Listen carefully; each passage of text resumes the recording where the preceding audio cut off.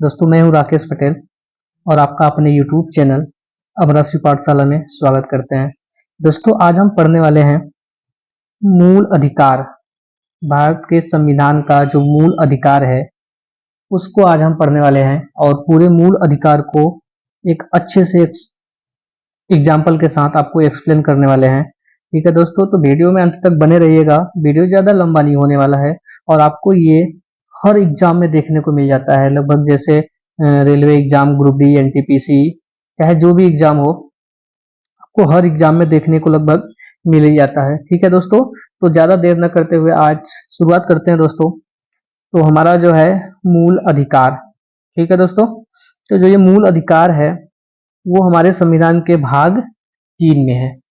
भाग 3 में है। मूल अधिकार अनुच्छेद 12 से लेकर 35 तक है, जैसा कि आप दोस्तों देख सकते हैं। ठीक है, मैंने आपके सामने रख दिया है खोल के और अभी हम पढ़ना स्टार्ट करते हैं।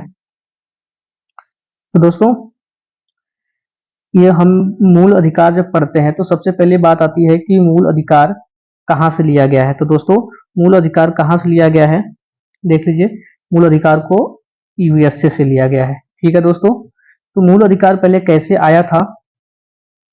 मूल अधिकार 1931 के कराची अधिवेशन में पहली बार कानूनी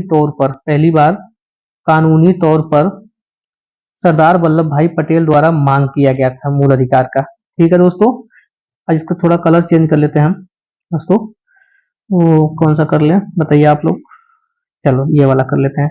ठीक है फ्रेंड्स, तो थोड़ा आगे बढ़ाया जाए। अब देखो,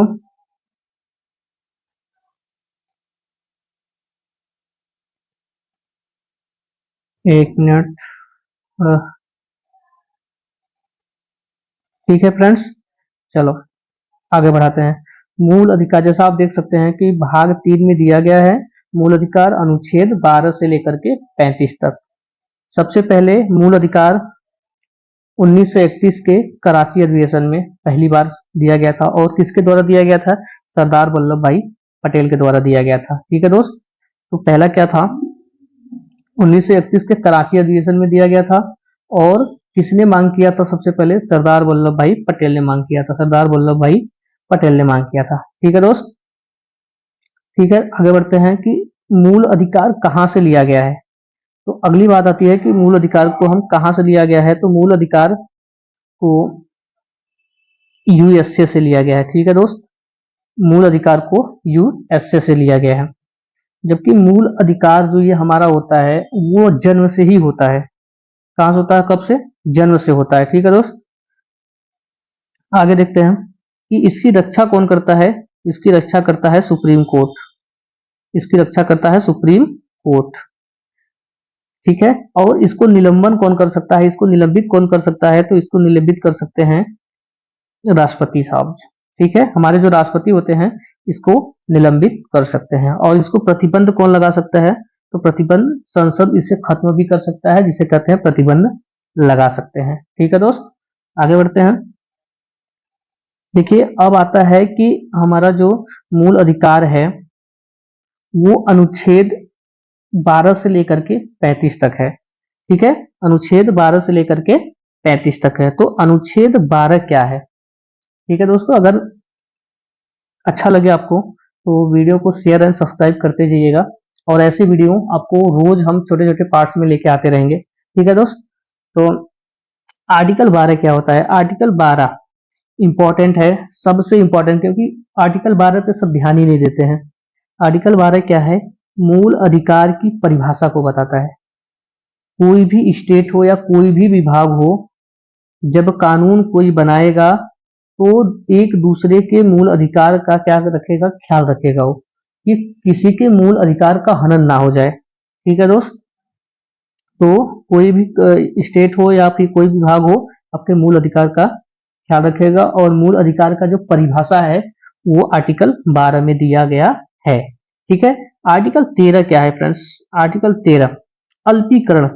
अल्पीकरण का मतलब क्या होता है। अल्पीकरण का मतलब होता है आपका मूल अधिकार वही खत्म हो जाता है जब आप किसी के मूल अधिकार का उल्लंघन करते हैं।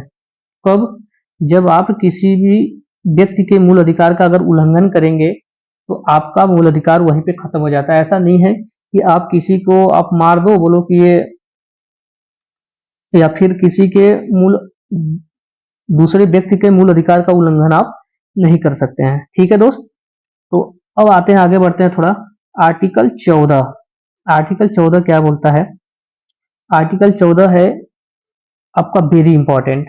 इंपॉर्टेंट करने का मतलब कि यहीं से हमारा मूल अधिकार जो है शुरू होता है। अभी तो मैंने 13 में देखा है कि मूल अधिकार का परिभाषा है, सॉरी 12 में देखा है कि मूल अधिकार की जो है परिभाषा, और 13 में देखा है अल्पीकरण। यदि आप किसी के मूल अधिकार का हनन करते हैं तो आपका मूल अधिकार वहीं पे खत्म हो जाएगा। अब आता है हमारा 14। 14 क्या है? इंपॉर्टेंट है, विधि के समक्ष समानता। 14 क्या है?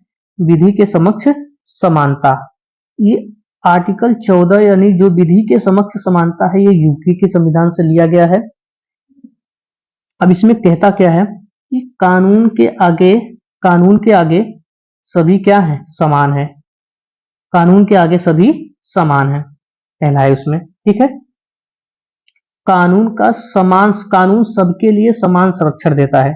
और ये लिया कहां से गया है? यूएसएस से लिया गया है कि कानून सबके लिए क्या है? समान है। और देखिए और क्या आगे, कानून भी हम सभी को एक समान नजर से देखेगा। ठीक है, तो पहला आपका क्या था? आर्टिकल 14। आर्टिकल 14 में कहा गया है कि कानून सबके लिए समान है और कानून भी हमें सभी व्यक्ति को एक समान रूप से नजर से देखेगा।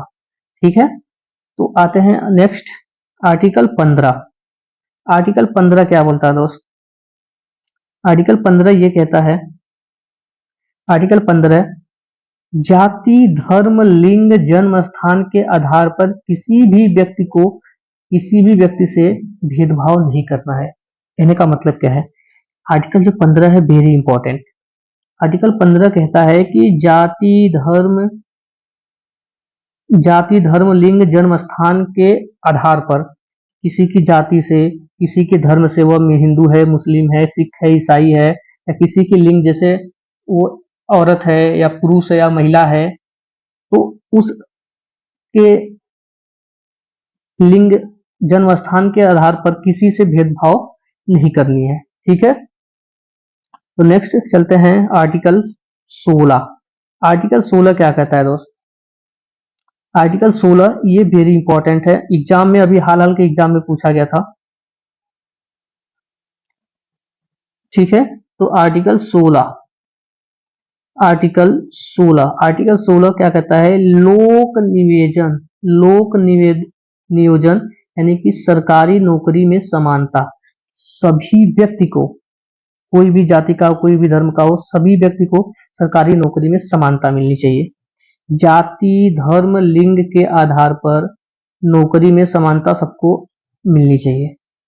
कहने का मतलब कोई किसी भी जाति का हो, किसी भी धर्म से रिलेटेड हो, और वो महिला हो चाहे पुरुष हो, सबको नौकरी में समान रूप से देखा जाएगा। ठीक है, यदि पॉजिटिव चीज में भेदभाव है तो वह जायज माना जाएगा, जैसे महिला को सरकारी नौकरी में आरक्षण।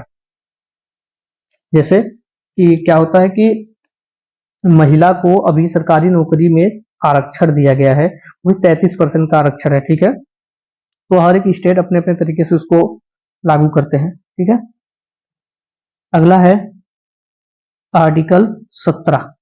आर्टिकल 17 इतना बार पूछा गया है कि उसका कोई सीमा नहीं है। ठीक है, आर्टिकल 17 क्या कहता है? आर्टिकल 17 कहता है अस्पृश्यता का अंत। अस्पृश्यता का अंत का मतलब होता है छुआछूत का अंत। ठीक है दोस्तों, आर्टिकल 17 छुआछूत का अंत। अब इसे ऐसे याद कर सकते हैं। ठीक है, नेक्स्ट है आर्टिकल 18। आर्टिकल 18 क्या कहता है? आर्टिकल 18 कहता है,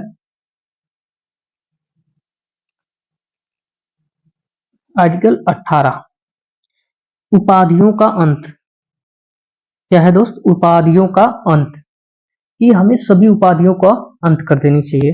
ठीक है, लेकिन इसमें से कुछ अपवाद भी हैं, जैसे शिक्षा से संबंधी उपाधि, सुरक्षा से संबंधी उपाधि रख सकते हैं। जैसे में सरकार के द्वारा जो दिया जाता है उसे रख सकते हैं। जैसे विदेशी पुरस्कार लेना हो तो राष्ट्रपति से अनुमति लेना होगा, आप रख सकते हैं। ठीक है दोस्त, तो उपाधियों का अंत कर दिया गया। जैसे तानाशाह, जैसे पहले क्या होता था, राजा रहते थे तो राजा के बेटे फिर राजा बने, ऐसे है। राजा ने किसी को दे दिया कोई उपाधि तो वो चलता आ रहा था, तो वो उपाधियों का अंत कर दिया गया है। ठीक है, अगला है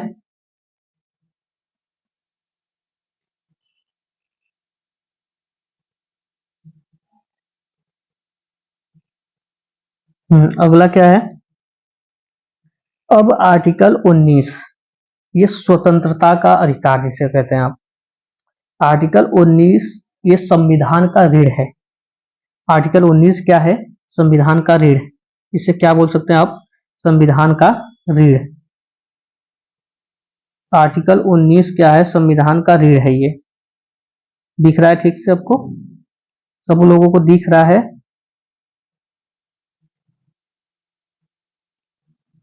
आर्टिकल 19 को क्या बोलते हैं, संविधान का रीढ़।